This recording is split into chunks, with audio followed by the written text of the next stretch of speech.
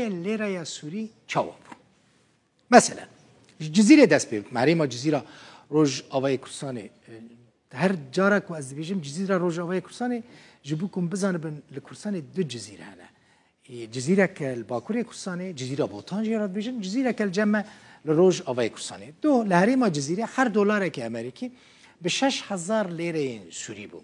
لشامل پایتخت سوری هر دلار که امریکی به چه خاصی بود به 5925 لیره سوری بود ورم حلب تبیجم اما بچوک نبینن سر درباس نبین پایتخت پیشسازی سوری بود یعنی چه دولمندین سوری هبون حمول حلبی بون پشتی شر بشکی مزن جوان دولمندین حلبی چونه کداری چونه عینتابه چونه باکوری کردستانی چونه ترکیه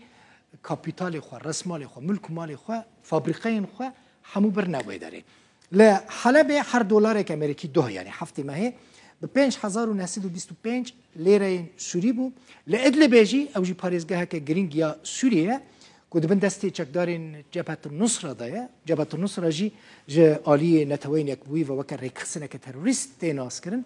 ل ادلب هر دلار که امریکی به 5925 لیره سوری بیانی وك حلب ادلب بهاي دولار وليره سوري وكهفون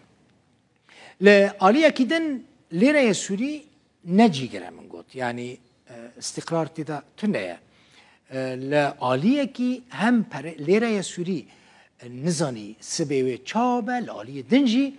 مچه معاش فرمانبرين حكومة سوريجي جالكي كيما چه قاسه دناور 160 حتى 200,000 لیره سوری ده هنش خورا به حسبین چقاس دلار امریکی دکی مچه فرمانبرین ریبه بریا خسر زیاده تره بیگمان یعنی در نوبره 300 حتی 600,000 لیره سوری ده نکو زیاده یا لی جیین حکومت سوری زیاده تره خلقه کی دنجی هیا نلجم حکومت سوری فرمانبرین موظفن یعنی کار ناکن نجیل جم ریبه بریا خسر موظفن چت کن حق دست کار دکن یعنی روزانه کار دکن در کفن مثلا کار بکه پری حق دستی خود دستینه کار نکه حق دستی خود ناستینه برانی وان بیکارم براستی جبر کو رجای یا بیکاری هم لسوری هم جل روزانه کردن گلک زیده بویه او کسی که روزانه حق دست کار دکن یعنی شن دگرن لکار دگرن کار دست وان که قزنج دکن کار دست وان نکه وجی و روزه پریشان دبن او کسی که روزانه کار دکن نه موظفن یعنی نه کارمندن روزه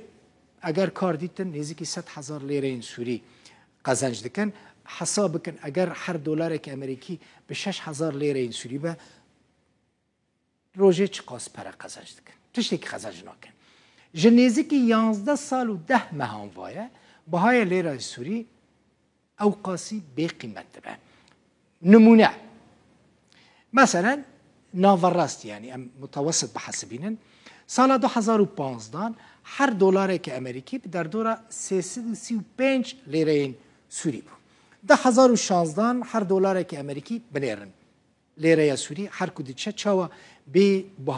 بها ده یعنی به قیمت ده 2015 هر دلار 338 لیره هم بود 2016 هر دلار 542 لیره سوری بود 2017 هر دلار به 500 لیره سوری بود بنیرن هر کدی چه به قیمت ده 2018 هر دلار قناکی قیمت خوراک 466 لیره سوری بود